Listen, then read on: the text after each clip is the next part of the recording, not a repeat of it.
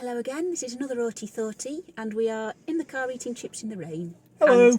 And, yes, Simon is here again. Hi. Also eating chips. Also eating chips. Yes. Yes. We think it's the 18th of October, though we're not entirely sure.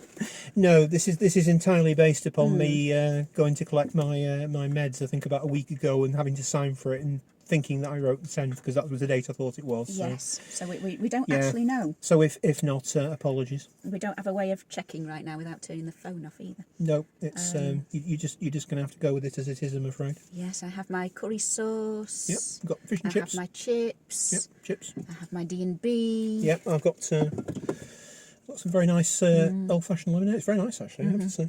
So yes, we're just going to be scoffing and talking, basically. So Yes, the American mind cannot comprehend this. We're having a good time. We've just been to the Antiques Fair. It's been very nice. We've seen quite a lot of things, and I've picked up a couple of things. You didn't buy anything, did you? I didn't buy anything, no. Buy anything, but you were tempted by a few things. I was, but I've decided in the end I've got enough stuff. I have a lot of stuff. You see, that's a mindset I really struggle with, having enough stuff. Yeah. Unfortunately for me, I am by nature something of a hoarder. So I'm not quite at the level yet where it's boxes towering up to the ceiling, but I know I've watched quite a few things with Anne Hegarty from the Chasers, and I know famously she's had some issues, I think, with hoarding and stuff. And although I've never quite got that bad, I must admit, she's one of those people I'll watch anything she does. So if she does an interview, I will watch it. But when she was on about sort of boxes going up to the ceiling, I thought, does it pretend my future? Is this what's in my future? See, I kind of thought I could be one of those people, but then I had children. So now my house is packed to the rafters with other people's stuff, and it's a pain. That's the thing, isn't it? Because I think, in a funny sort of way, it's almost like transference, isn't it? Because, like, children, especially sort of the ones like the ages that you've got, they're like little bundles of chaos, aren't they? So in a sense, they acquire a lot of stuff. They acquire a lot of stuff. So in a sense, it's like you don't need to kind of turn your house into a mad museum because they'll sort of just do it for you. Indeed. Yeah. So just little bundles of chaos. But I've often, I think I was saying this to you before, wasn't I? I've often thought that at some point in the future, you know, I could end up some crazy old guy basically living in a house with sort of shelving everywhere, and one day it sort of collapses on me and all my stuff collapses on me, and then a few weeks later they have to go and dig me out or something. Someone once told me that my most likely death would be discovered long after I'd died, tucked beside an empty bottle of gin with cats eating my toes. Sort of like a sort of cross between kind of the sort of stereotypical crazy cat lady thing and the sort of the moral panic about gin from the time of Hogarth. Gin Lane, yeah. All these people dicing and drinking gin. Well, yes. As we know. I actually saw something the other day. But he didn't mind people getting smashed on beer. He's on Beer Street where they're all happy. Yeah, they're all happy on Beer Street. I actually saw something the other day. But I don't like beer. I saw something the other day actually about sort of the history of like the older generation blaming the young, which was quite funny, and it was I wish I'd kept it actually, but it was like a series of articles going way back about things like that had appeared in like the popular press at the time, of people basically blaming the young for different things. And one of them was like from the sort of mid-Victorian period, and they were on about like nowadays young people have no respect whatsoever. Vulgar women are often to be seen travelling about on coal carts. Yeah. I thought, this is fantastic, you know, marvellous. You know, we tend to assume that it's like a 20th century thing because of the generation gap, don't we? You know, the generational stereotypes. The generational, yeah. But from the gammons didn't invent it. There were gammons before there were gammons. Well, the thing I was always told was that if you think about it, like you could argue that the First World War sort of invented the generation gap, because it was the first time really that the generation of people who went and had the experiences actually fighting wasn't something that was comparable to what their parents had experienced. So, and because of the rate of social change speeding up. That's interesting. Yeah, but so I sort of naively tended to assume that And the technology and everything. the technology and everything. So I tended to rather naively assume that, like back in the 1850s, like people, you just thought the same as your parents, really, and it was a bit of a shock. Like, oh wow, I didn't really think of that. But yeah, it's probably true. And people didn't go out of their own village. Yeah, absolutely, yeah. But this sort of element of kind of sort of being suspicious of things, shall we say, Yeah. has always to some extent been with us. Can I just say, this is the first time I've had plaice with fish and chips for years and years and years. I usually have cod. Yes, same here. And this is the first time I've had plaice, right? And it's blowing my mind. It's just so fishy. I actually haven't It had really it. tastes of fish. I actually haven't had it either. I followed suit with Anna and ordered it myself. So this is my first. Blimey, that's really good. Really good. I know what you mean. It really does, doesn't it? Yeah. It really tastes. Taste of the sea. It definitely does. Yeah. Yeah. It's like a sort of salty, briny kind of texture. I can't remember. I mean, I mostly go for cod because I like the texture. And, you get really big chunks of it. It's nice. But it doesn't really have a lot of flavour to it. No, it's more big, isn't it? Yeah. It's sort of big and bulky, sort of thing. But I know what you mean. I know what you mean. Quite large things, I think, aren't they, cod? Quite decent size. Massive. Decent sized fish. Have you ever seen a tuna? No. They are huge. They're big as a person. Wow. Even bigger.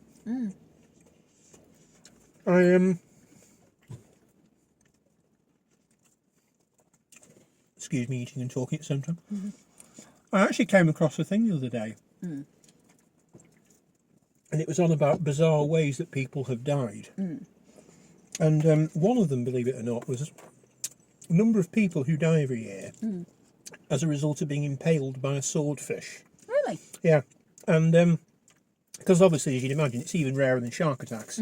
I mean, fatal shark attacks are relatively rare. But still, and although it's not an annual occurrence, but there have been a couple of documented cases over the last few years, including there was somebody who was literally just, like, I think water skiing or something. And one just came out of the water and basically went through, You wouldn't think of that, would you? Like, of all the crazy ways to die, being impaled by a swordfish, but apparently it does happen. It'd be a good story, though, wouldn't it? How did your dad die? Oh, he was impaled on a swordfish. Well, it's a bit like that statistic, isn't it? They're on about, I can't remember if it's sharks or if it's crocodiles, but they're on about the number of people per annum that literally die as a result of this. And apparently, I think in the US, I think it's alligators, and that's it. Because obviously states like Florida have alligators. Yeah. Fatal alligator attacks are relatively rare, but apparently you're more likely to die in a vending machine related accident than you are as a result of an alligator, because like the machine presumably falling on you. Every year more people have a vending machine fall on them, apparently. So there you go. Yeah. Make of that what you will. And the statistics for things like people getting tangled in the bed sheets and dying and things, aren't there? Or being killed in my deck chairs. And I forget the recent figures. Yeah, really bizarre sort of things. But it just made me think that, like, of all the ways to die, a swordfish. I remember my partner and I went out to a restaurant once. This was in the early days of us going out, and she actually ordered swordfish, and we naively assumed that it would actually come in sort of separate bits. And they literally brought, like, more or less a whole swordfish. Wow, and they are big, aren't they? It was astonishing. I mean, it was great. I mean, I think I'm a bit of a Luddite, so I don't tend to have phones. But I've only relatively recently acquired one. But I think my partner was like taking pictures of it because it was like, no one's going to believe this. Look at this thing. It's huge. And you also think, do they literally have a whole stock of them back there? Do they have, because people must order them, mustn't they? Well, yeah, obviously someone did. House speciality sort of thing. So did they literally have about 5 or 6 of these things? I do remember one of my friends telling me once that he used to work at Sainsbury's when they used to have the counters, and every year they would do a whole salmon, and they do them at Christmas, and they do them. I think it was Good Friday around that sort of time. And they were huge things. They were literally like the sort of thing you get at a medieval banquet, a huge thing. And he was saying that Salmon are, aren't they? massive. And he was saying because they were so expensive, they would literally only let every store have like a relatively small number. So it's like you get so many, and then once they were sold, that was it. So any person watching this who's worked in retail is probably nodding at this point, but yeah, yeah, indeed. But they get people going along, and then they run out, and then they go, "Have you got a whole salmon?" "No, I'm sorry, we've sold the last one." "Oh, could you just go back there and have a look?" We've sold them all. Literally, right? We get a thing of them. Let's say there's 12 of them, or 15 of them, or whatever there are. They're really popular. They go in like the first. He said like they literally sell out in the first hour or something because they're really popular. Or first 2 hours or whatever. Once they're gone, they're gone. We don't get any more. That's it, because it's not cost effective. And it's as though they think that like back there, wherever back there is like a cross between the TARDIS and Narnia. Like it's some everlasting space that's just filled with like. A person working in retail is nodding, yeah. Yeah. Like, do you not have any back there? Well, don't you think we'd know if we did?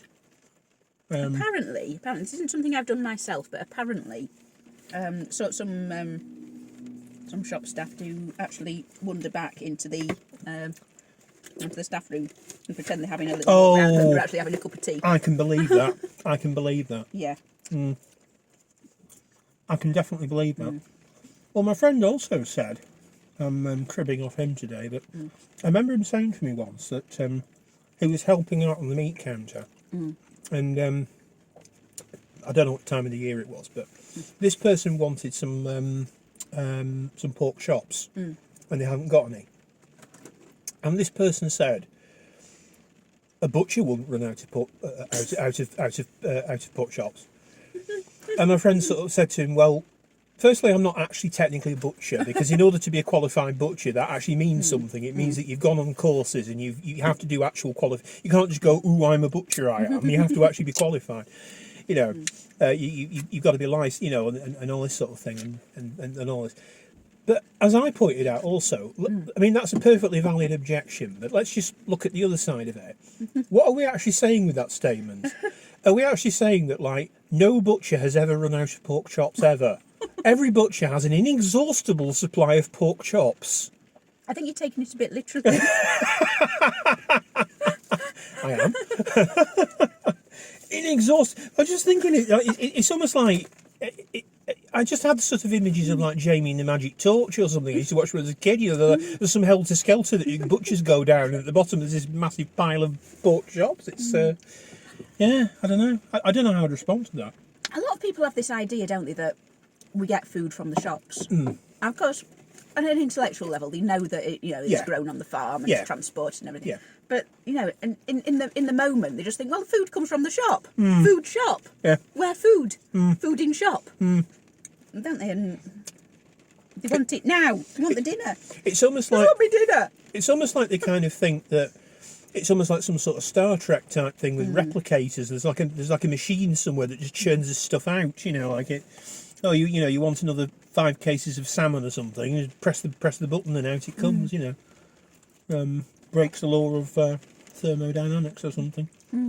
But yeah, I just always quite like that idea that there's sort of some, almost like the Lion, the Witch, and the Wardrobe, isn't it? If you sort of walk through the storage house doors kind of thing, there's this wonderland containing all manner of things.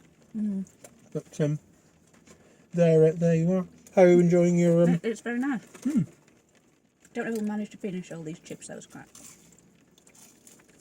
They're very nice. I've finished my fish. I've got the fish yet. And the fish did not die in vain. The fish definitely did not die in vain. I'm converting it into protein. So the things that you did see at the antique store, what did you come closest to parting with your money over? Maybe that little watch. Maybe the little watch. Yeah. Yeah. No, as I say, I'm in the market for a watch, but I just didn't... They were nice watches. Yeah, they were. I just kind of feel like if I'm going to part with a reasonable amount of money for a watch, it ought to be something that's really special. Fair enough. Yeah, they were nice pieces. Want either a cheap one or a really nice one, or both. Well, that sort of satisfies both, doesn't it? Because you can use the cheap one for every day and then keep the other one for whatever. Yes. But did I tell you about my great auntie who had loads of expensive jewellery that her ex-husband had bought her when they were together? No, I don't think you did. Yeah, she was married to a man. He wasn't like really, really rich, but he had a decent job and everything. Yeah. And every Christmas he'd buy a bit of really fancy jewellery, and he bought her a couple of watches. And she had a Rolex watch that she used to wear all the time. Oh yes. And one day she lost it. Yeah. She didn't know if it got stolen or what. Yeah. Or if it just fell off her wrist or she misplaced it, whatever. So she said, what do I do when I lose my Rolex? And he said, I wear my oyster. Oyster. And she was wearing an oyster watch. Yeah, as an alternative kind of thing. She had a deposit box recently. This is why I was thinking about it. She had a deposit box in the bank, and the bank was, it stopped doing the service and said, you've got so long to come and collect your jewellery. So she went to get it. And there are all these things that husband had bought her over many years. Massive diamond rings and bracelets all covered in opals and gold necklaces and things. And she said, these have been in the bank 30 years. I'm not going to wear them. I wouldn't dare wear them out. My mum and her sisters, you might as well have them. Because you'd only inherit them when I die anyway. She's well in her 80s. Yeah. And so, you're going to inherit them when I die, so you might as well have them now. And my mum and her sisters had a look at this jewellery, and there was hardly any of it that anyone wanted. Really? They've all got their own jewellery, and it's not really fashionable anymore. It's sort of very 70s. And me and my mum were just looking at it saying, well, it's how transient these things are. That's the word my mum used, how transient these things are. She's right. It was a gift that has probably never been worn, or only been worn once or twice, and then put in a box for 30 years. Yeah, and all that money, Yeah, has gone into it, and yeah, that's where it's ended up. And nobody wants it. Nobody wants it. Yeah, it's a bit of a shame, really, isn't it? I often think that's about, on a sort of lower level, things that are done for sort of publicity materials, like for different things, like say if a film comes out or something, and you get like a line of posters or toys or badges or something, and then let's say the film flops or something, and then you'll see it at a place like we've just been to. Yeah. I mean, we were mentioning this character before, but a good example of this, for example, in fact, The Simpsons even did a parody of it. The character Alf from the 1980s. I remember when I was about 9 or 10 or something, Alf seemed to be everywhere, and like now he's like a relic of the. He's very obscure, isn't he? He's very obscure, yeah. So he's one of those. He's a bit like lava lamps and things like that. It's very redolent of a particular era. So unless you were around at the time, you wouldn't have a clue about it.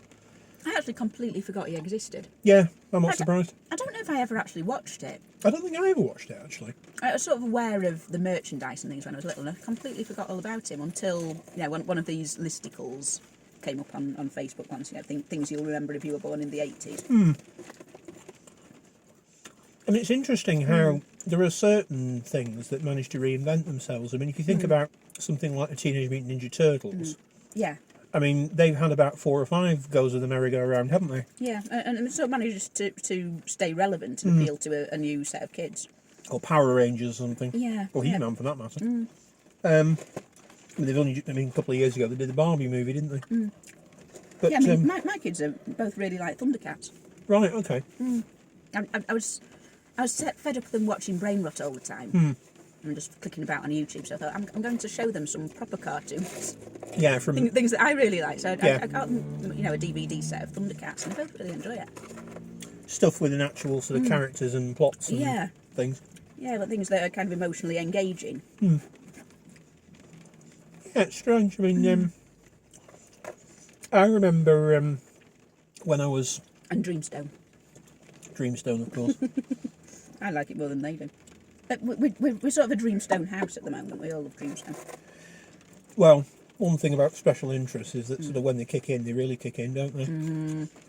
I mean, the thing with me is that, as may have mentioned in previous videos, like, my Lego Batcave is kind of like, it sort of has assumed the sort of level of, it's always there in the background. Mm-hmm. So I might not do anything with it for a few months, but it's always there. It's never quite a dead spin, it's a dormant spin. Yeah, Dreamstone is very engaging. For the time when it was done, actually, it's got very high production values, hasn't it? like the songs and things are in it, like the music. I think didn't they get like a full orchestra or something for the theme?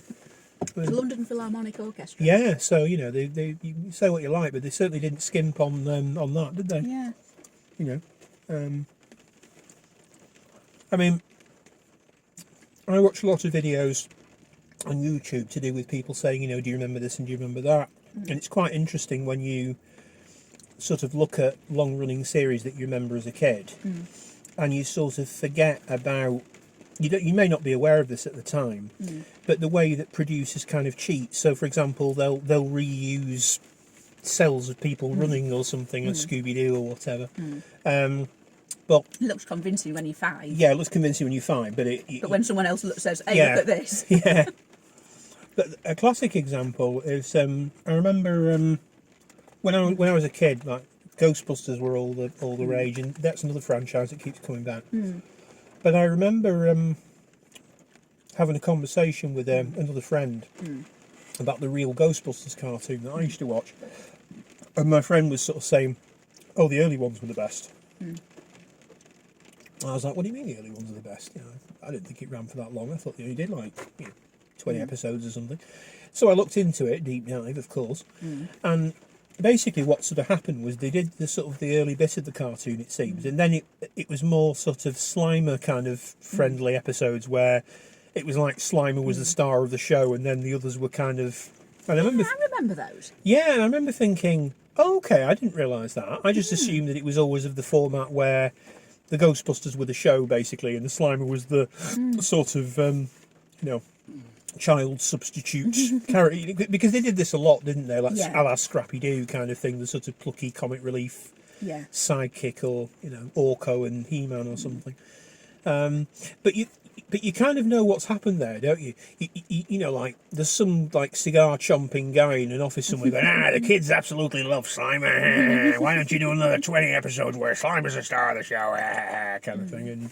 And they're like, well, that's not really it, is it? He's comic relief, but he's not that. Just go and make him, kind of thing. He talks exactly like that. Groucho Marx. Yeah. Groucho Marx. Yeah, Groucho Marx is responsible. Blame Groucho. Yeah, they resurrected him and made him in charge of some. Sorry, Groucho. Yeah, but it's just interesting that. I was absolutely amazed when I found out that the Marx Brothers were actually brothers. Right. Okay. My biggest complaint about the Marx Brothers films was that they're just not believable as brothers. And they actually were. But they were. Yeah, they really were. I did read somewhere that one of them, I think it was Chico, was very into gambling. Oh dear. And he was not a very good gambler, so he used to lose a lot of money. Yeah. So by the time they did the later films, if there's anybody out there that's a Marx Brothers expert, and I get this horribly wrong, I'm very sorry, but this is just what I read. Instead of paying him a sort of salary for the film, they basically had him on a sort of an expense account kind of thing, because they knew that if they just gave him the money up front, it would all be gone. Because he'd just go and gamble it all away. So to basically make it better for him, they'd sort of dole it out in little increments. But apparently somebody used to somebody asked Groucho once, how much money has Chico lost at gambling, and apparently he used to go, ask Harpo how much money he got. He used to get all his money off him apparently. So I must say I'm not a huge Marx Brothers fan, but I always quite like Harpo. Harpo was my favourite. Yeah, I've watched a few of them and I just don't get it. No. I suppose in a way it's like you can see that it came from a stage thing, can't you? Because they all do different things, don't they? You've got the wisecracking one. Yeah, so variety act. You've got the mime one. You've got the one who's sort of like a stereotypical kind of Italian con man kind of thing. Italian. Yeah. So it's like sort of character acting sort of thing, isn't it? Yeah. And then you've got obviously the straight man, whatever it was, Zeppo, the straight man. So in a sense, Zeppo was the Italian one. I think it was Chico. I think. Yeah. All right. So in a sense, it's like something for everybody, isn't it? So I can sort of see why that sort of came to fruition. But yeah, it's humour and comedy are one of those things that I always think can be like a real minefield. And a lot of people have tried to analyse why is funny funny. Why is it funny? Yeah. Because I'm a comedian and I say it is. Because I say it is. I seem to remember once I think it was the Animaniacs did a cartoon series. They did a sort of piece about why is something funny, and they basically, it was all very self-aware, postmodern kind of thing, but they had the Animaniacs, but they literally had this like thing where like a bloke's walking down the street and a grand piano falls on him, and the audience laughs. And then they have like a sort of a stereotypical mathematical weight. It's like a pyramid-shaped weight with like the 100 grams on it or something. So they drop like a ton, and the audience laughs a bit. And he goes, now, as you can see, the audience have responded by laughing at this 100-gram or 100-ton weight. Let's try something else. And they basically like 1.5, instead of just 1. They drop that and they laugh harder, kind of thing. And it's, as if there's some mathematical formula of funny. Like if we add more weight, it becomes incrementally more funny. You have like a scientist character kind of analysing it on the side. But in real life, though, it is. I don't know about you, but we're sort of directly referencing the autistic experience here, aren't we? But have you ever had something where you've met somebody, or you've been on some work do or something, and they've got like some entertainment-y thing on, and you just sit there kind of thinking, whoever this is kind of meant to appeal to, it doesn't do anything for me. No. Yeah. I mean, a good example for me is I personally really, really don't get Alan Partridge as a character. I mean, I get that he's meant to be sort of awkward, and you're meant to sort of go, oh, isn't he silly, kind of thing. He's a buffoon. He's one of those who's all right in small doses, but I wouldn't want to watch every episode. That's what I mean. I can understand. If it had got sort of like moderately successful, I could have understood it. But the fact that it became such a cultural thing, and like at the time, it's like Peter Kay, everyone was quoting it. Yeah, it never really sort of did it for me, because I always used to think there are plenty of other characters who, this is the thing. They're a bit ridiculous, and they're a bit. It's like a staple of comedy, isn't it? But I don't get why him particularly is it sort of thing. Yeah. It's curious. I mean, I suppose that sort of gets into like a wider question, isn't it? Of like why certain things acquire the thing, why they become the thing. I mean, part of what's popular in the media is about who's involved with it. Well, what airtime it gets when it's broadcast. How much push it gets. Yeah, that's true. This is actually quite a good thing to mention. But I think I asked you this before the other day. When I was a teenager, I used to watch the Demon Headmaster series, and I thought you probably did, but you didn't. I didn't. You didn't. But I've actually recently. I wasn't so well last week, so I've just been sort of at home reading and bits and pieces. And I recently discovered that instead of just the first Demon Headmaster book, they actually did a few. And the reason I'm mentioning this is because, for those who don't know, the Demon Headmaster is basically a character who he's like a villain in a ongoing series of children's books and things. And his shtick, if you like, is he wants to control the world, and he can hypnotise almost anybody into doing his bidding, apart from a handful of children who are like his adversaries. And he chooses to do this in a school. Yes. Well, only in the first book, anyway. Right. Okay. Does he branch out? He branches out. Oh, right. Well, this is why I'm mentioning it. The interesting thing about it as a concept is that when I was a kid, I basically watched the series, and he starts off as the head teacher of a school. He tries to do an evil plan to defeat him, and then he goes off into various other things, like he tries computer hacking and other stuff. Really? Yeah, there's different aspects to it. But the interesting thing was, the third book in the series, which is imaginatively titled The Revenge of the Demon Headmaster, I remember looking at this and thinking, I don't remember them adapting this. Why didn't they adapt it? So, do you know what I did? I picked it up on eBay and I read it. I actually read it. Wow. And the reason that they didn't adapt it is because it's kind of mental. It really is. It's kind of mental. I mean, in a good way. It's very imaginative. So basically what he does is, there's this big consumer craze for something called Hunky Parker, who's like an anthropomorphic pig. He's like an annoying pig, right? So, yeah, I know.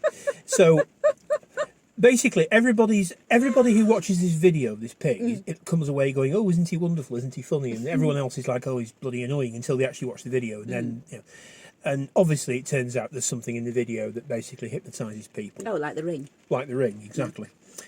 But the thing that's really the reason that they didn't adapt it is because basically you get this Hunky Parker character who's like the sort of the craze of the nation. Everybody wants his merchandise and stuff. Can't get it fast enough. So the Demon Headmaster's plan is basically to allow this to go on for a while and then suddenly change the Hunky Parker character for another character.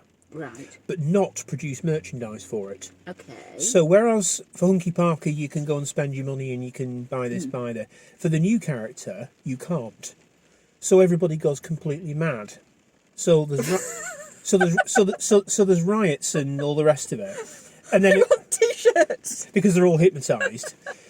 And then at the end of it, the Demon Headmaster, who has a secret stash of this basic merchandise for this other character, will go, "Look, I've got some. Please put me in charge of the country." It's mental, isn't it? I mean, I enjoyed reading it. It was fun, but I can see why they didn't. I can see why they didn't adapt it. I can see why they didn't adapt it. Who's the Prime Minister? The one with all the merch. Well, the thing that's funny about it is it's one of these things that works better as a concept than it actually would on in actuality, because if it's like a commentary on sort of how fickle people are and sort of the consumer capitalism stuff, it's actually quite clever for a children's book. But as an actual plan, it's absolutely bonkers. I mean, to give a similar idea, I went through a phase of about 8 years ago I picked up a lot of the old Doctor Who DVDs, and I was basically plugging my collection and watching the ones that I hadn't watched.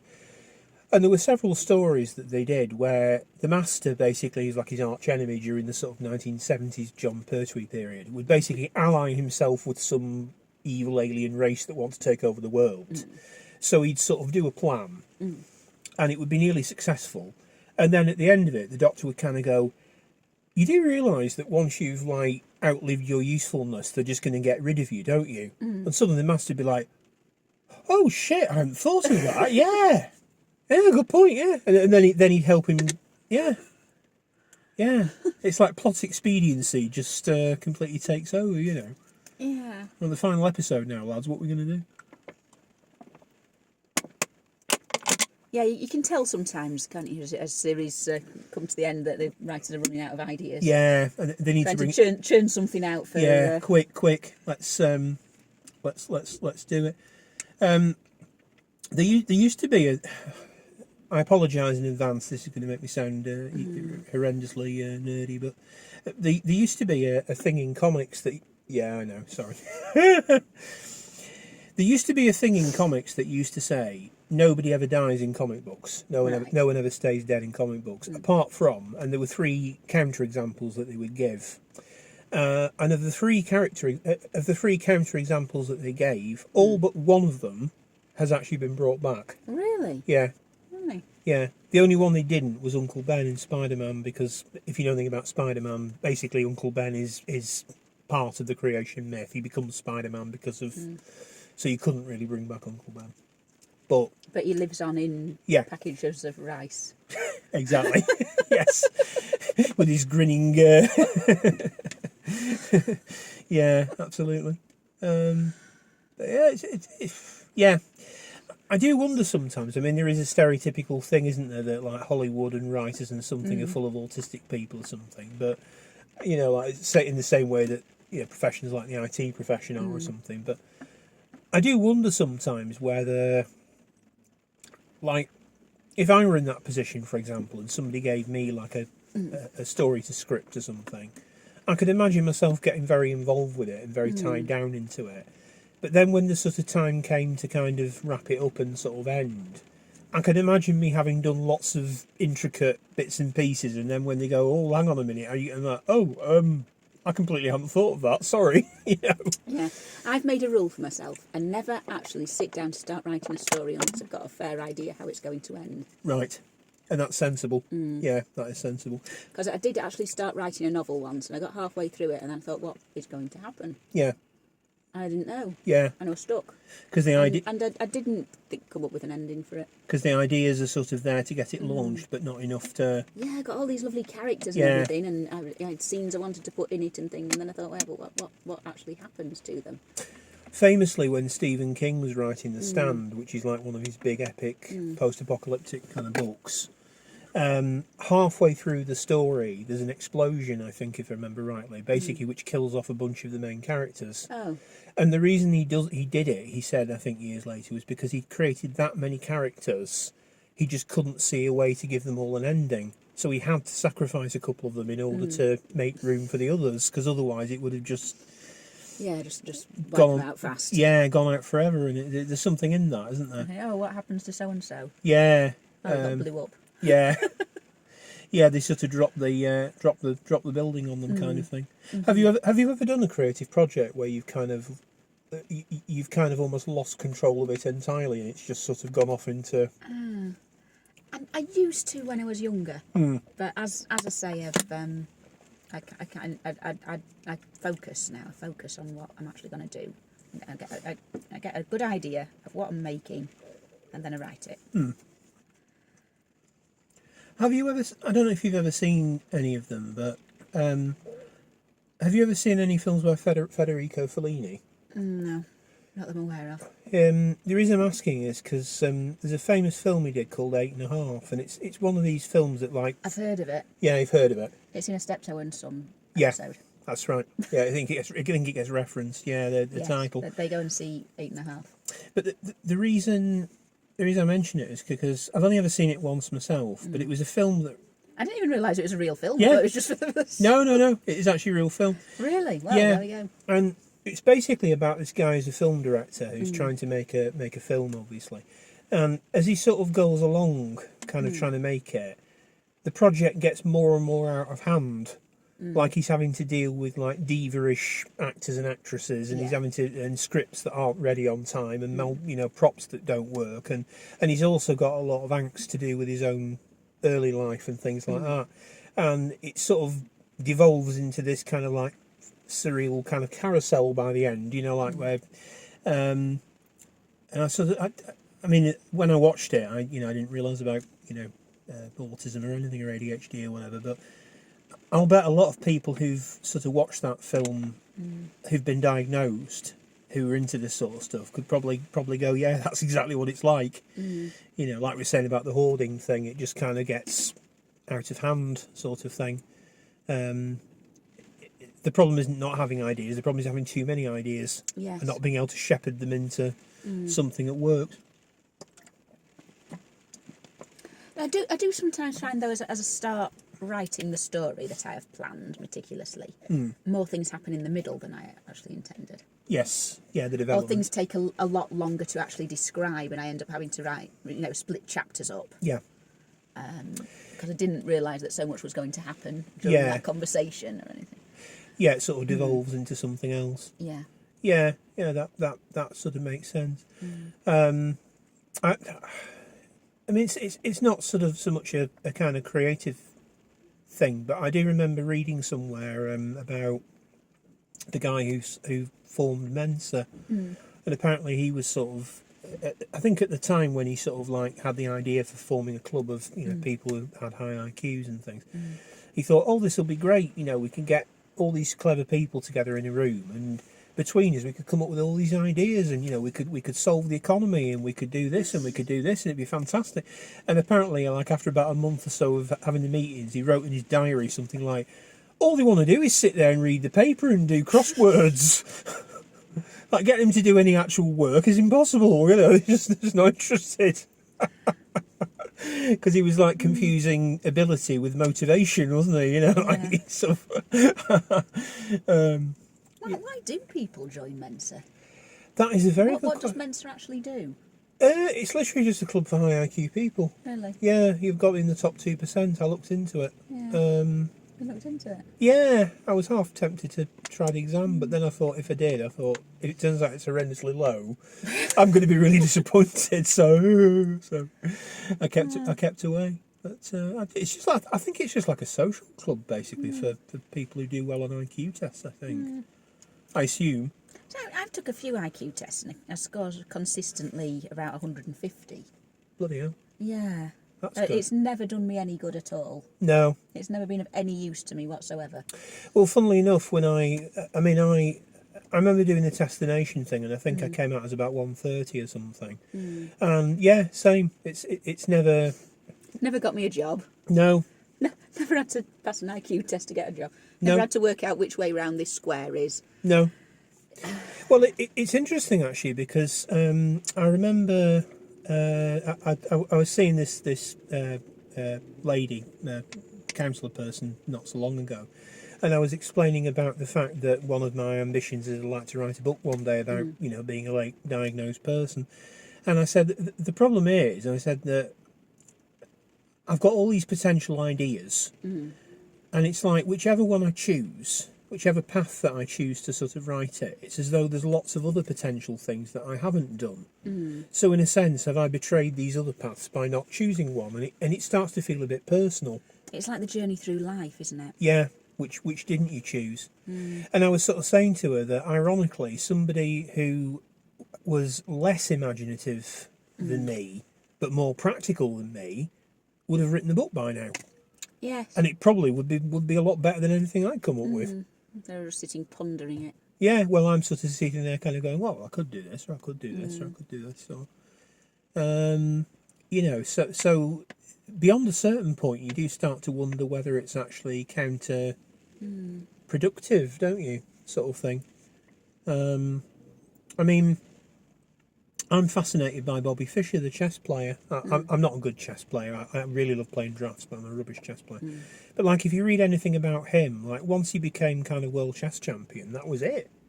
Like, what else did he have to do? He didn't have anything else to do, So he just kind of went off the rails, really, because he was really good at one thing.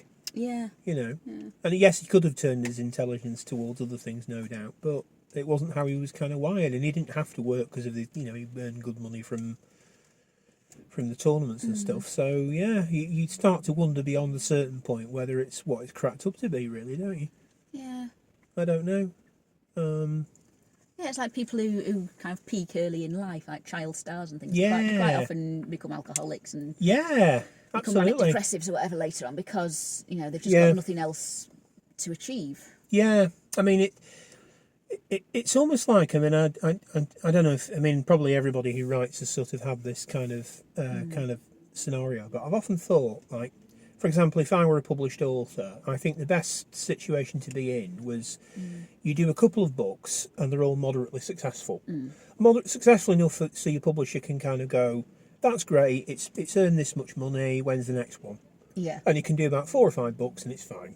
And you're not a millionaire, you're not having people mob you on the street, but it's fine. I think that's what happened to J.K. Rowling. Yeah, and it just... There was more than one mind can deal with. Well, that's the thing. But if you were to do a book, let's say you do your first book and it's a runaway bestseller and people can't get enough of it, what do you do? Because there's only 2 things you can do. You can either drive yourself mad trying to replicate the success of that, or you can drop out. And everybody for the rest of your life will be going, oh, it's not as good as the first one. I mean, it's horrendous, really, isn't it? The very first one, Yeah, people who sort of peak early. I don't know if you've seen it, but have you seen that meme that's been doing the rounds? And it basically it's on about able, gifted, and talented children. They didn't have this term when I was at school. Probably not when you were either. It was just coming in as I was leaving. Yeah, it was just when I was in year 11. But the start of the gifted and talented thing. Yeah, but it was basically this meme, and it basically starts off by going able, gifted, and talented child, and then it's like arrow, and then it's like burned out disappointment, arrow, old weirdo with a home studio, and I'm thinking, yeah, absolutely, very relatable, Former child prodigy pipeline. Yeah, that's the thing. I mean, I was never a child prodigy or anything, but I mean, I was in the top set for English, for example. I wasn't a child prodigy, I was just in the top set for English. They literally made like this superset thing basically for like the best 30 at English, and it just so happened I got into it. But I was rubbish at maths, but I was good at that. I got some A's in my GCSEs. But yeah, so I said they didn't really use the sort of term when I was at school, but I know it is like it did become a kind of a buzzword, and I do sort of wonder sometimes with people who are undiagnosed neurodivergent, you know, who, let's say they have a real interest in a particular subject, and it lends itself well to academic sort of study, and they do really well at it. It's the sort of kids who like sit GCSEs early or something, and then they're off at university when they're 14 or 15 or something, doing a degree in, you know, astrophysics or something like that. You do wonder, don't you, sort of how it all sort of plays out for them, you know, where they're lucky enough to kind of find that there is a place in society, you know, they can get a research job or something that suits them, or whether, I don't know, it'd be interesting to know. Yeah, it's curious. I mean, some go completely off the rails, don't they? Yeah. One of the dads I know from our home ed group is, you know, from being in his early teens, he was running around with drug dealers and things. Bloody hell. It was just, he describes it as his way of masking. You know, Yeah. that's the kind of thing you have to do. Yeah. Because, you know, he knew other people who were into it. So. Yeah, and it's just there. Yeah. Sort of thing. Yeah, you sort of wonder, don't you? But then again, he said he'd done everything by the time he was 20. Right. So there was nothing else to do. And then he just sort of settled down and got married and had a kid and lived happily ever after. Yeah. Yeah, it's sort of strange. I mean, I suppose we sort of tend to assume, don't we, like with the sort of we were saying this before, weren't we, that like it's okay to kind of be strange in society, providing it's somehow marketable. When it stops being marketable, people tend to have issues with it, you know. I mean, there's no end of people in the music business or something who are probably undiagnosed, who have all sorts of quirks and stuff, but because they're kind of making albums that are selling millions or whatever, people tolerate it, you know. Yeah. Whereas, like, if you were not in that position, you're having to go and work in the factory or something, it probably wouldn't be as tolerated as much. Yeah.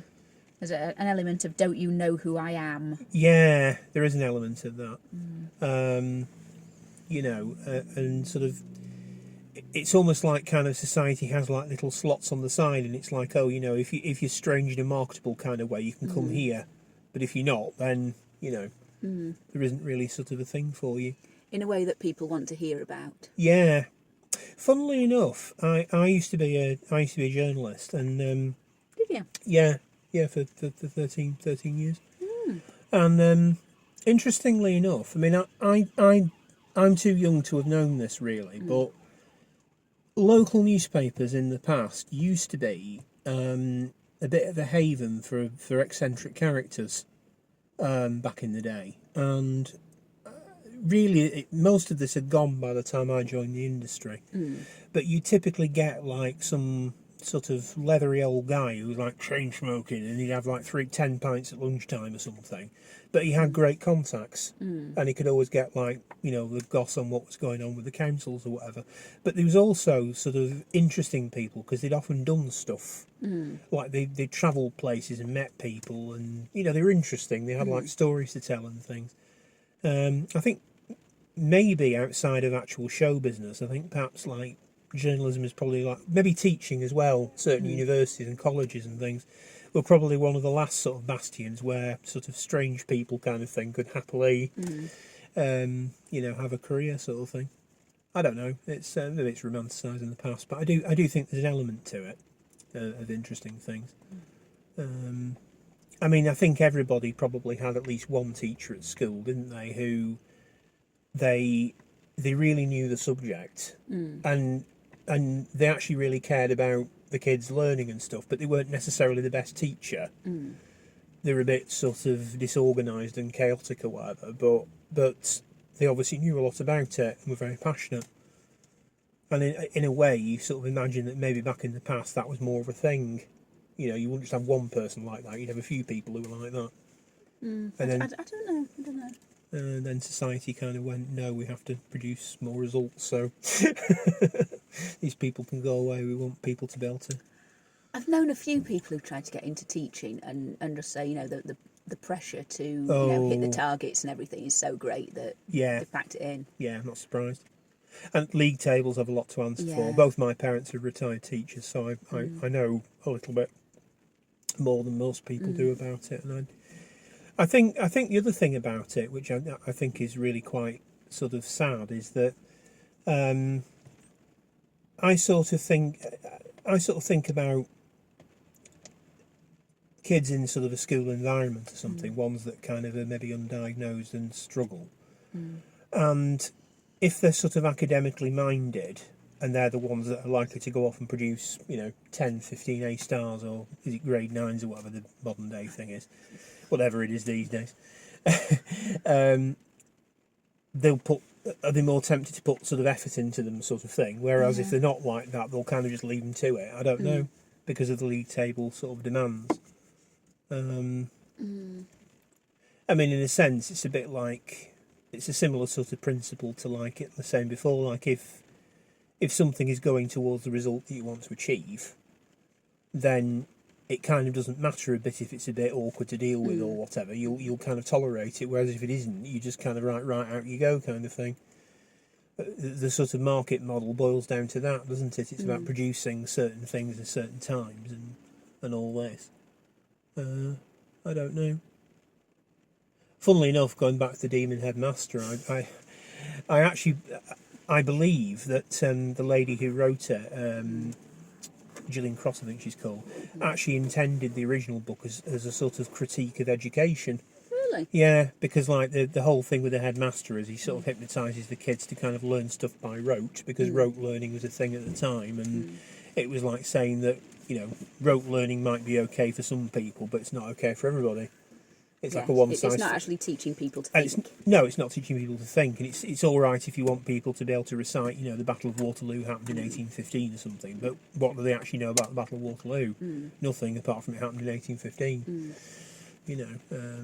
And it's a similar sort of thing. It's like quantitative, isn't it, rather than qualitative sort of thing. How long have we been going for? 51 minutes. Oh, nearly 52 minutes. Bloody hell. Yeah, pretty good, eh? Yeah. Good going. Not too bad at all. One thing, if you could time travel back and meet a younger version of you and tell her about the autism sooner. Yeah. I mean, assuming it's not going to completely wreck the space-time continuum in some kind of way. Yeah, well, there's always that, isn't there? We'll put that on one side. It's somehow not going to wreck the entire space. Right. Would you be tempted? Let's pretend that, young me wouldn't be absolutely terrified and run off. Yeah. You could reasonably impart this information and it would be understood. I don't know what sort of difference it'd make. I mean, it depends what point in my life, really. Yeah. I mean, because when I was small, autism just wasn't really a thing that anybody knew about. No. It wasn't a thing that was, catered for at school Same or anything. Same here. It was only sort of known about through Rain Man, really. Yeah. It was a kind of curiosity. Yeah. Rain Man. I don't know. Maybe when I was in my teens, I don't know. It's hard to say, really, isn't it? It's one of those things like, would my life have been different if I was a man, or if I was rich, or if I was born somewhere else? Or it's one of those. Well, I wasn't, so if I had known that, I would have been a different person, had an entirely different life experience. Yeah. That's a really interesting question. Well, what about you? What do you think about that? I actually came up with a sort of humorous answer to it. Really? Yeah, myself. Somebody else asked me about it not so long ago, and I said it would be very interesting to go back and meet 18-year-old me. Because my birthday's in August, I'm late school year, so when I first went to university, I had only just gone 18, which is still pretty young, really. And I wasn't the most streetwise of people, hardy heart. But I said I'd love to go back and tell him 3 things, and the 3 things I would tell him were: firstly, most people really aren't worth your time, don't bother about them, although the ones that are really are, so make sure you hang on to the ones that are. Yeah, well, that's the problem, isn't it? How do you know which is which? How do you know which is which? Secondly, get into classical and jazz a lot sooner. because I was a bit of a rock snob at that age. And thirdly, get assessed. Get assessed.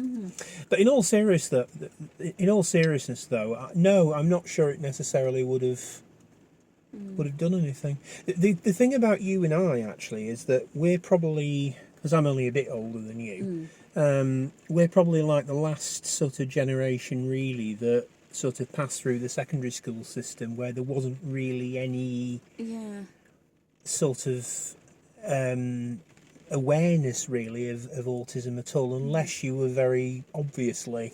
Yeah. I wonder if anyone who I was at school with sort of, he reads something about autism or has their own child assessed or something, and then thinks, oh yeah, like her. Yes. And just thinks of me. Yeah. Oh yeah, this sounds like someone I knew. Well, do you know, it's funny you say that actually, because when I was first getting assessed, which is I was diagnosed in 2021, but I remember I basically sent out some messages to various people, some of whom I haven't spoken to for quite some time, and I explained and sort of said, look, I'm doing this, would you be willing to share any insights that you have?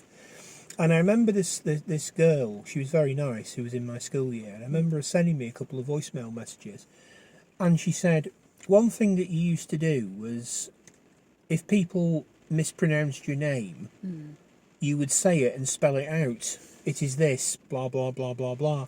And I'd completely forgotten doing this. Yeah.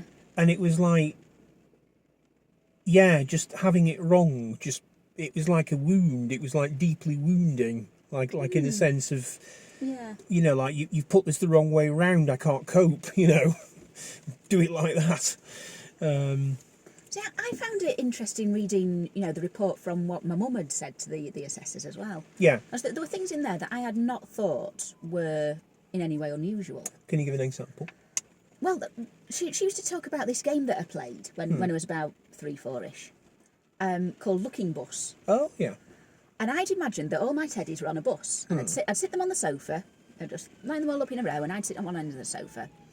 And I'd imagined that we were driving through all sorts of different landscapes, looking at all the lovely scenery and everything. And my mum described this as, I would line up the teddies on the sofa and stare at them with a stern expression. So all this that was going on in my head, she had no idea about. Yeah. But all I was doing physically was sitting, looking at my teddies. But it was all going on in my head. Yeah. But she only saw I was sitting staring at them. Yeah. There was an actual narrative bit going on. Yeah. Yeah. And it set me off thinking about, there was a lot of games like this that I used to play that were things going on in my head. Yeah. And I'd be sitting, looking at a tree, thinking about, all the animals living in the tree, having adventures and things. But I realised then, a lot of my childhood was spent just sort of sitting still, imagining things, and nobody knew what was going on in my head. Yeah.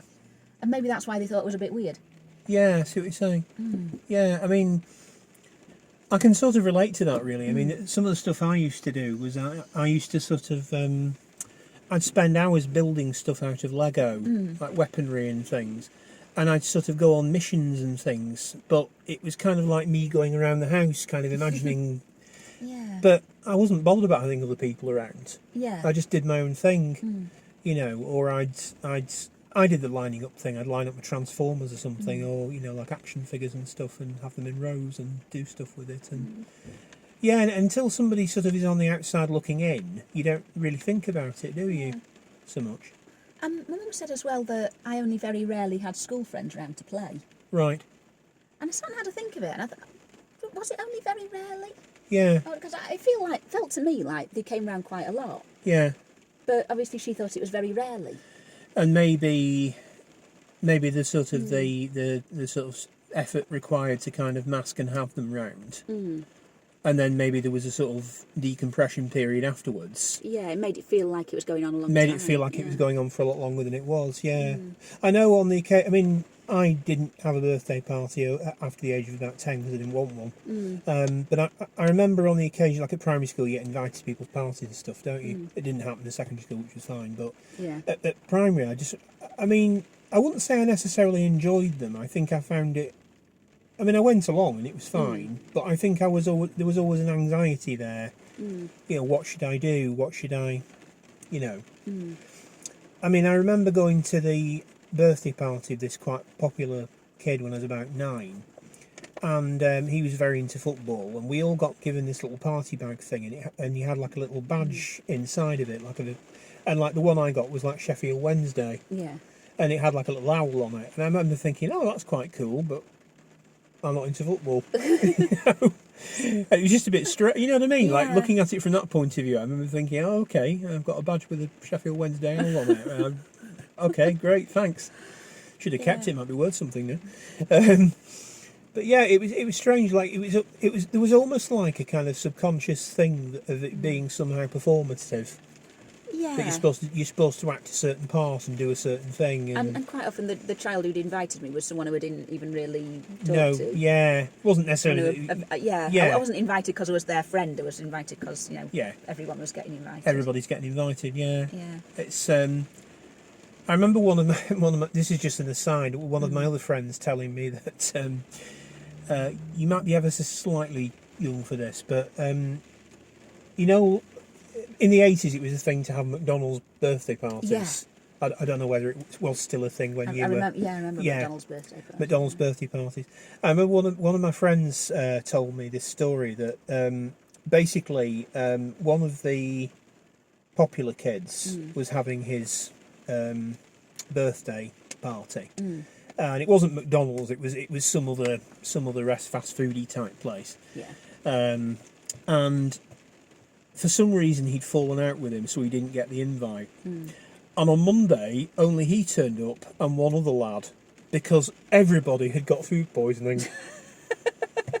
And the only reason this other lad didn't go was because it just so happened he'd been on holiday the previous week. Yeah. His parents had taken a holiday midweek. So literally he was the only one that was spared this... Everybody else got bashed with, like, you know, gastroenteritis or something, and he was the only one that didn't. I was thinking, wow, you know, let's hear it. Let's hear it for the awkward kids. I thought that would have been me. You know, you can't come to my party. Funnily enough, I remember being at university on my final year, and I remember everybody on the corridor basically went for this meal. Right. Yeah. Except me. Yeah. I didn't get the invite. Oh. Yeah, he didn't invite me. And it was basically because one of them we really didn't get on. So it was like, oh, well, he can't come. He's weird. Yeah. So just like, I mean, not that I would have wanted to have gone anyway, because, you know, but still, you know, I literally didn't even get asked. It was like, you know, up yours kind of thing, you're not coming. I thought, fine, you know. Have you ever had that, being sort of snubbed for things? Or were you not aware that you were being snubbed? I was not. I've not really been aware of being snubbed particularly. Yeah. I mean, I often only... Surreptitious snubbing. Yeah. Like things like work dues and things, you know, they tend to just put a poster up and anyone who wants to go goes. Yeah, sure. But that's a bit more democratic in a sense, isn't it? Yeah. A bit more democratic. It's... I remember once there was a Secret Santa at work. And we all got put in the Secret Santa. Yeah. And for some reason my name just got left at the bottom. Right. And what you didn't... I don't know if, you know, someone didn't take my name, or there just weren't enough people interested or what, but yeah, my name got left at the bottom. Right. So it was as though they just thought, no. Unless maybe I'm really hard to buy for. Yeah, maybe so. Yeah. Maybe so. What do you buy for a 40-year-old woman who doesn't like wine? Actually, I have to say, one of my... we actually do Secret Santa at our place, and one year... one of my colleagues, I think it was only the second year I'd been there, she actually got me a little mini Lego minifigure of Santa. Oh. Because she knows I love Lego, yeah, but I don't like Christmas. I'm not a fat Christmas fan. So she got me this thing. And the thing with Secret Santa is, apparently you're meant to kind of get something a bit jokey, and the person goes, oh, ho, ho, isn't that funny? And I literally gushed over this thing. I was like, really? This is absolutely amazing. Thank you. It's awesome. It's the best thing. This is the best thing I've ever been given. I thought you're supposed to buy something that they'd like. Maybe so. Maybe it's just how we do it. I don't know. But there was kind of this awkward silence that I was emoting about this piece of... And I got the feeling that whatever I was supposed to say, I wasn't saying it. Right. Maybe I was supposed to go, oh, you know me, eh? Don't you, eh? Hey, I don't like Christmas, do I? But I like Lego. Oh. But no, instead I genuinely was really touched by this, and I thought, this is lovely. Thank you. Thanks so much for thinking of me. I remember seeing an advert for Ann Summers parties once that suggested you should bring buy your colleagues a vibrator. Oh dear. Buy Marjorie on Deli a vibrator. Oh my god. Oh god. I remember once. This is just an aside, but I remember there was a lady I used to work with. I briefly worked at Asda a long time ago, and there's a lady I used to work with. And I remember one day I mentioned Led Zeppelin because I like Led Zeppelin, and she was awesome. She chain smoked a lot, and she went, Led Zeppelin, I remember them. I went to see them in about 1972. Yeah, they were great. And I thought, wow, why can't all my colleagues be like you? I could talk to you about Led Zeppelin. Yeah. I thought, I love you. Be my mum or my auntie. But yeah, I don't know. It's very strange, isn't it? We have all this kind of like social networky type stuff going on. But then when you actually look into some of the rules about it, it's all very deeply weird, isn't it? You know, it's like when you get these charity events type of thing where you get people doing things in the name of charity. I don't know about you, but I'm always kind of the mindset, okay, how much would you get for doing? Okay, you want a tenner off me, you want a fiver off me. I'll tell you what, right, how about I give you a fiver for this or whatever it is, and you don't do it? There you go. I'm genuinely not kidding. Here's the fiver, don't do it. Yeah. It can be like a Dutch auction, you know, instead of starting at the bottom working up, we'll start at the bottom and work down, you know, that kind of thing. Like when I work for the papers and stuff, like every year at Comic Relief or I was getting mixed. I can't remember if Children Needs every year or Comic Relief or whatever. But you get people ringing up and going, "Oh, you know, I'm doing this and I'm doing this and I'm getting it." I mean, like, why don't people just give you money not to do it? Yeah. You know. Why don't you just put the money in the pot and nobody has to stay quiet for a day or whatever? Yeah, or run around the park. Yeah, I'm gonna dress up as a flamingo and run around the park 3 times or something. Well, why don't you just we'll take you at your word and you don't have to do it and we'll just give you the money. There you go. Fantastic, you know. I don't know. Do people like to see kind of this sort of? It's like waxing, isn't it? All this waxing stuff. I mean, I can't imagine anything worse than, you know, like ripping your hair out with wax or what? Yeah, or just watching people do it. I don't get it. Like, is that like a YouTube thing? Yeah, well, it was. I wasn't aware of it. Like the Ice Bucket Challenge thing. Oh right. Yeah, I just remember thinking that was something I never understood either. I just used to think, same principle really. We'll take you at your word that you'd be willing to do it. Okay. We'll just give you the money. There you go. You know. Yeah, and people would make little videos of themselves going, "Oh, this is for my mum who's got cancer or something," and you think, "Oh yeah, I'm sure your mum's really pleased with that." Yeah. I didn't get that either. Like, you know, is your mum going to sort of think to herself, "Oh, fantastic, you know, cold and wet and." Yeah, that's cured my cancer. Yeah, thanks. Awesome. But you see that. The way that we're kind of talking, I mean, it sort of makes sense to us, but I suspect a lot of people will be like, "Whoa, how can you say that? You terrible people, you know. How can you be so cynical?" But it's not cynical. It's just, you know. It's just why do you want to chuck cold water over yourself? Yeah, it's very strange. Yeah, I'll put the money in the pot. Don't worry about getting cold. Yeah. It was very. I mean, I should have known at the time I wasn't cut out for it, but I used to have to do like, you know, this sort of time of the year because it's around this time of the year, isn't it? You know, we'd have to do pieces, and you get somebody who'd gone and I don't know, covered themselves in tomato sauce or something, and it'd be like, "Oh, you know, look at me, I've done this and this," and you have to sort of ask them questions about it. And you know, what did all your friends? What did all your friends say? Hey, oh, it were a bit of a laugh, wasn't it? Hey, oh, it were a bit of a laugh, and you're thinking, okay, was it? And if you want to shave your head or whatever, just do it. You don't have to.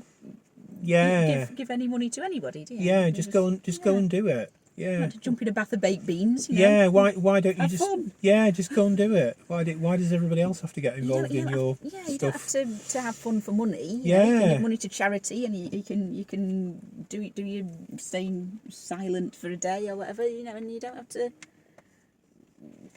link the two. Yeah, it was always very strange. This sort of like this sort of link between kind of fundraising and kind of performative stuff, which is somehow embarrassing or humiliating or something. And you just sort of think, if you've got some kind of weird fetish thing going on, why don't you just go and there are people you can go and see probably. Why don't you just go and there's probably some woman that'll shove in a tub of baked beans if that's what you want.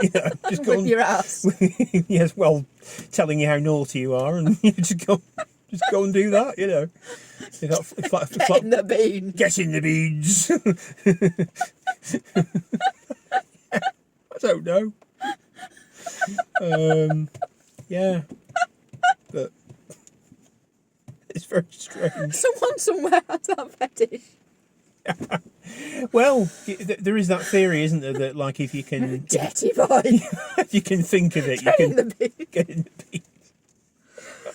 Like if you can think of it, somebody's done it, kind of thing. But yeah, that lad at work I was telling you about, who hasn't left me alone for about 9 years. He's got a thing about the way I squeeze the mop.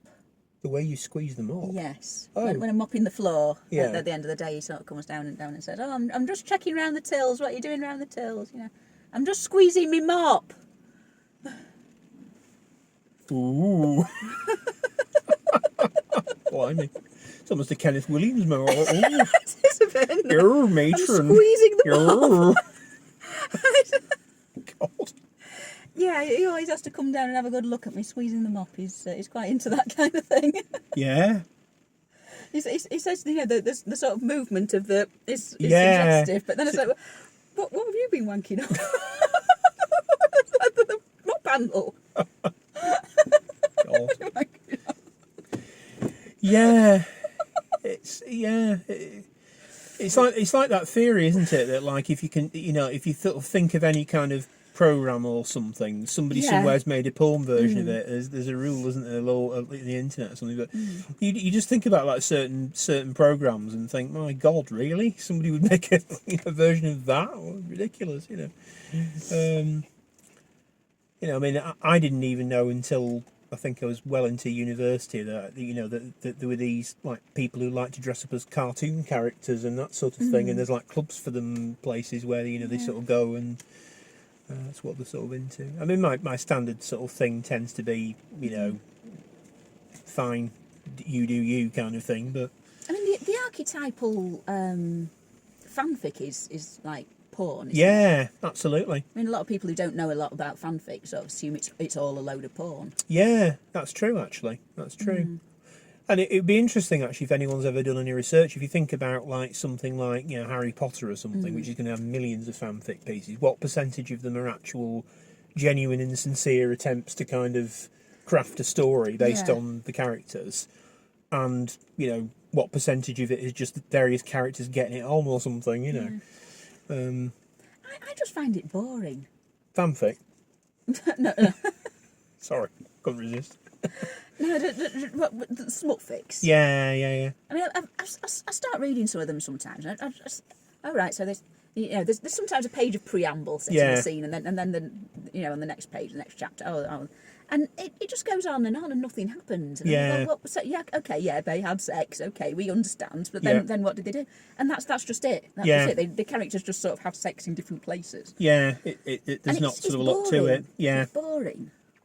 I mean, in a funny sort of way, it's almost like it's almost a sort of similar kind of scenario to like a horror film, isn't it? Yeah. Where like the characters sort of die, kind of thing, and it's like the masked killer goes and chops people up or something. But then once they've done that, what's next? Yeah. And they don't seem to kind of get that it shouldn't be about that. It should be about other things leading up to it in the preamble and how the characters deal with this. And how the characters deal with it. Yeah. And I mean, I write a lot of slash fics. Yeah.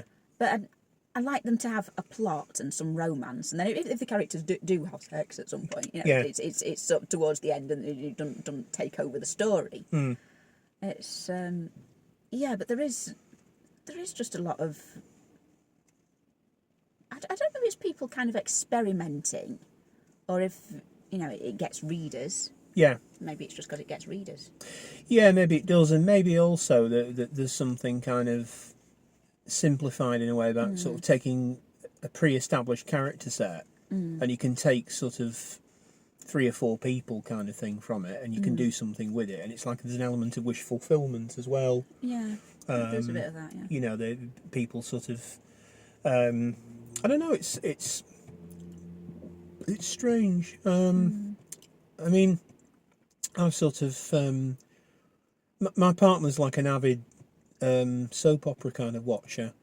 And I must confess, like some of the kind of storylines that they sort of do, I mean, it just becomes like an almost ridiculous carousel of affairs. Everybody's having an affair. And like you kind of almost wonder why anybody on something like Coronation Street even bothers getting married or having or I mean I sound very prudish, but seriously, why bother? Because literally in a week from now, your wife's going to be seeing somebody else. You're going to be seeing somebody else. And everybody who's been in it for more than about 10 years or so has been married multiple times. Yeah, like, bloody Ken Barlow or something who's probably been married about 20 million times despite being the most boring man imaginable, and you're thinking, what on earth is going on, Yeah, and it's almost like they kind of play... It's almost like some sort of... you can almost imagine having like lists of names on either side and sort of have it like the FBI with threads going to... It's like... Have we had him with her with her, him with him? We haven't tried that one yet, have we? And it's like, Mrs. White with the candlestick in the conservatory, and haven't done that one yet, have we? Let's have that one.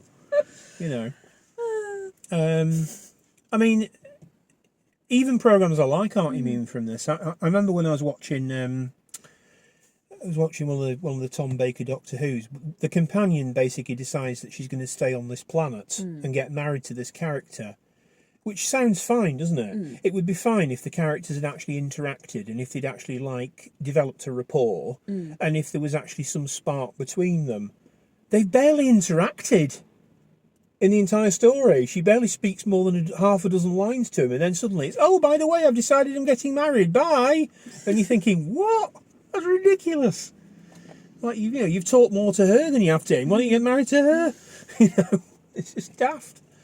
I get that, you have to write people out and stuff, but at least do it in, a way that doesn't revolve around something that's just silly, I mean, they did do a story, to be fair, where one of the companions does leave to marry somebody, but that's perfectly fine because they're actually together for a lot of the story.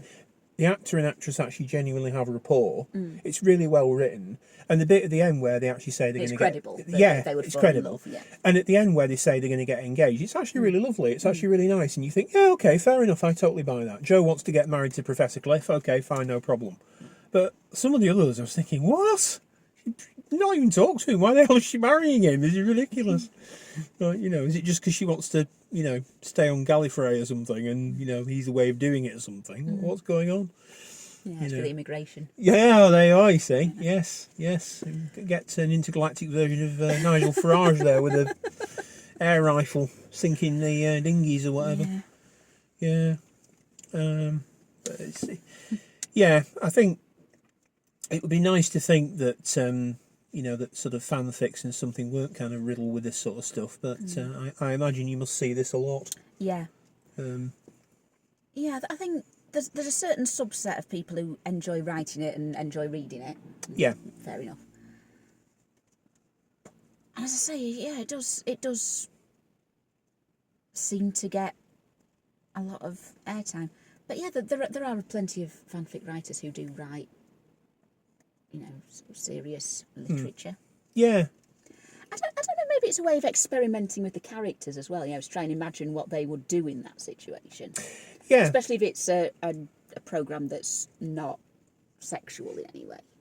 Yeah, and I mean, you get this to some extent with sort of established like comic characters. I mean, I'm a big Batman fan, but I mean, some of the best ones that I've read have been ones where they have like Elseworld, where basically they'll imagine that what would happen if this, Like, I remember reading one once where it was like, what would happen if Gotham City actually had vampires? And it kind of sounds ridiculous, but it's done with such complete conviction. Yeah. Totally straight-faced, without any kind of nudge humour or anything. And fair enough, the person that wrote it, they did a great job. It's actually really, really good, you know. Yeah. What would happen if?